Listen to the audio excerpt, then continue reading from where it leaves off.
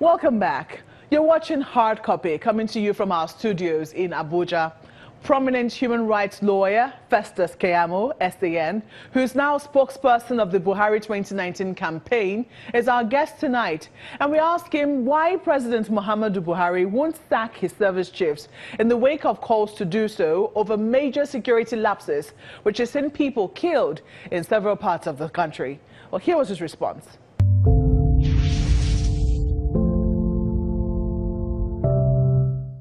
I think we should concentrate on the efforts that have been made so far. Efforts that have not been made before, but have been made now, for instance.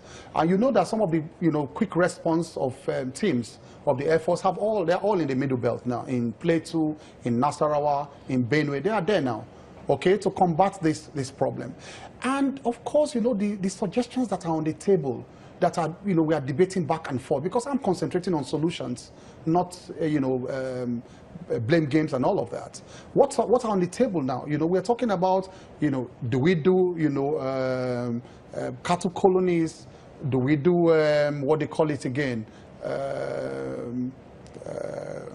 What's it called? Where they keep cows. Ranches. Ranches, I mean, thank you. Where they keep cows, the ranches. Or, do we, in a way, find a way to take them off, the open grazing and take them somewhere, or take them to another part of the country. All of these suggestions and debates are going on, but it is good that the government is very much involved in trying to sell some of these ideas to Nigerians for them to accept, to end this problem once and for all.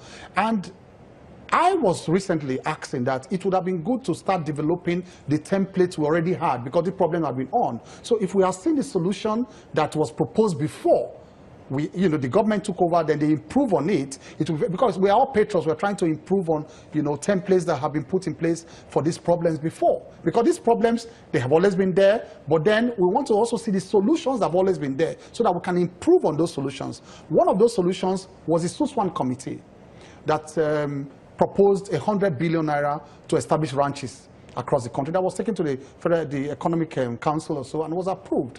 And I think that is the same solution that the federal government decided to improve upon, which establishing ranches. I mean, modern ranches are all over the world. But we have gone through a number of solutions. Now, and it was seen that the federal government has had to refine over and over again, the solutions it's coming up with. So, for instance, initially it wasn't the idea of the executive, it was the idea of the House of Representatives, I think I remember specifically, where they came up with grazing reserves. And you saw the controversy that greeted that particular bill that was in the House of Representatives, if you remember very clearly. I think it was very well, they knocked in the early days of this administration. And then subsequently, I think when this crisis started, was one of the things they came up with. They wanted the grazing areas, but I think people went with what had happened. I think you are reading my thoughts. If you allow me to speak more and then on this there was, issue, you are reading my thoughts. Colonies, it would appear a modification to now ranches. It would appear to me that certain persons who just hate the system and hate the president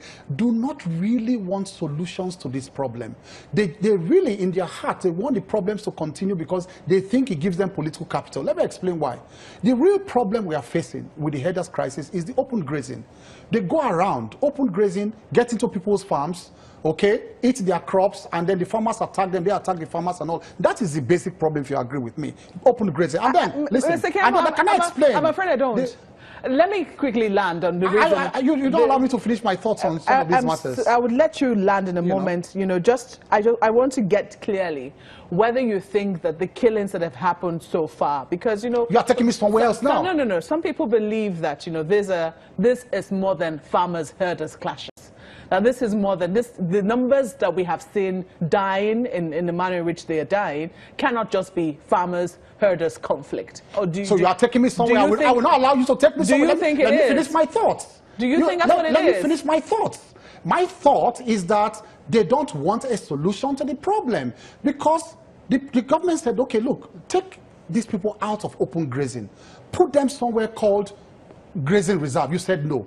Okay, let us do some cattle colonies. You said the colony says Fulani want to grab their lands and all that. Okay, fine. Let's leave colony. Let us go for ranches. And people say, no, we don't have land for colony, ranches, and anything at all. And the government said, okay, Let's just get money to buy the land so that we can put them. They say, no, money is not a fair. Public money should never be used for private businesses. What they are saying in effect, Mark, in actual fact, is that, and they don't want to say it openly because they are cowards, they just want to remove a certain tribe from a part of the country, go back to your area. We don't even want to entertain you at all. That is the real intention behind those who are opposing every idea about settling these people so that they can carry out their businesses in peace.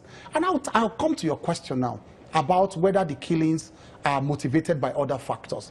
How can someone think that the president, because he is Fulani, he's sitting down somewhere and is encouraging Fulani people to go and kill others because they want to dominate territory? Because that is the kind of balderdash we read on social media and the kind of narratives that are on the street. And I'll explain this to you. Do you realize that people try to compartmentalize these people as herders are Fulanis, farmers are Christian middle belters, because they are struggling to paint the president bad at all costs.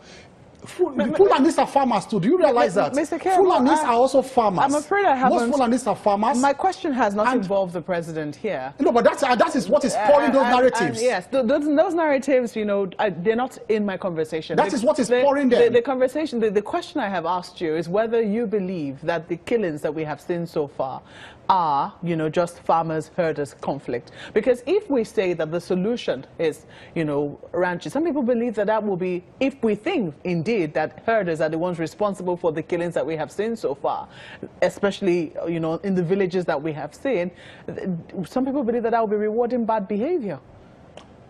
No, so you are saying that it is not just herders alone? Don't you think that there is more to it? Because the president has talked about. He's talked about Libya. He's talked about people coming in from other parts of the country. I think he made this remark when he was outside of the country. Yeah, because but recently in Maiduguri, he talked about politicians. Yes, people are taking it out of context, Mark. Yeah. There is a basic problem of farmers herders.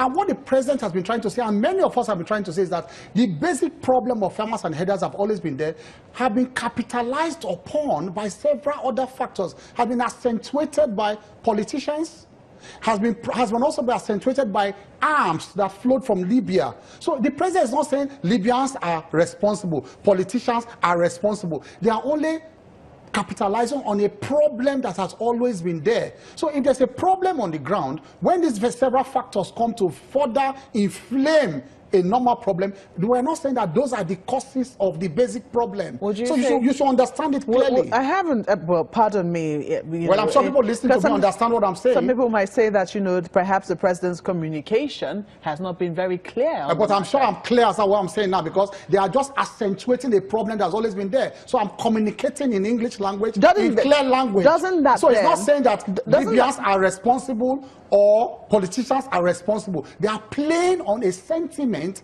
that have always been there, that has been causing conflict. They are playing up those sentiments. Doesn't that then mean that security is failing? Because some people will ask, where is the role of intelligence? Where is the role of being proactive? In some of the places where the killings have happened, they have been happening since even before 2011. We saw Jonah Jang wringing his hands in the presidency at some point, saying that the chief security officer of the state doesn't even command a fly. This is not the first time we were hearing things like that. So Zamfara example is not particularly new. The question is, how come the security agencies who are supposed to be on top of their job are not? Now, you see, embedded in your question is a suggestion that it is now worse. Embedded in that question, and you are dragging me to somewhere I don't want to go. No, you have read. You have chosen to interpret it in that you manner. said the question I have asked you. Security is failing now. The question I have asked you is about proactiveness and the role of intelligence. You said it has always been there in 2011, but that what is going on now, it appears security is failing now. So was security failing before? You are suggesting that it is now security is failing. So security has not been failing all along. There? You don't think security... I don't want to go there. No, just a moment. You don't think that security is failing when citizens are being killed? You don't think that security is failing when, these attacks are happening and we do not seem to understand precisely where it is coming from? I'm only saying that you should not suggest that it is getting worse. Because if you I say haven't so, said that, Mr. Keyamo. when you say it is failing, I haven't said that. I don't think you should put words in my mouth. My question, if you've chosen to interpret it how you want to interpret it, it's fine. But my question to you is about proactiveness and intelligence gathering abilities of the security agencies, which the president has refused to. I mean, he's refused to fire the chiefs. He's refused to question them. He's maintained an open loyalty to them, as a matter of fact. Well, it is not open loyalty, if you call it open loyalty. How can they be loyal to them? All I'm saying is that if you suggest that it is now that security is failing, then I will tell you that security has actually improved. Should it continue to fail? It has improved. It has improved. It is not failing. If it failed in the past, should it continue to fail? I said it has improved. You are dragging me to where I don't want to go. You are making comparative analysis. I don't want to make comparative analysis, because if you drag me there, I will tell you that it failed more during the time of Obasanjo than now.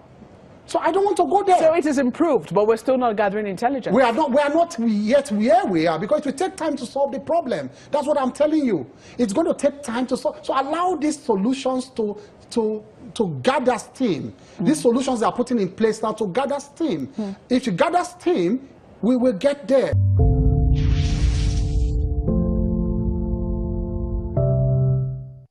The interview was slightly longer than that. Watch out for exclusive tidbits, which we give you on Twitter on @CTV Hardcopy, which is one way to catch up with us. You can also send us a mail telling us what you think using hardcopy@channelstv.com. Thank you for watching tonight. I'm Maokwe Ogun Yusuf. Good night.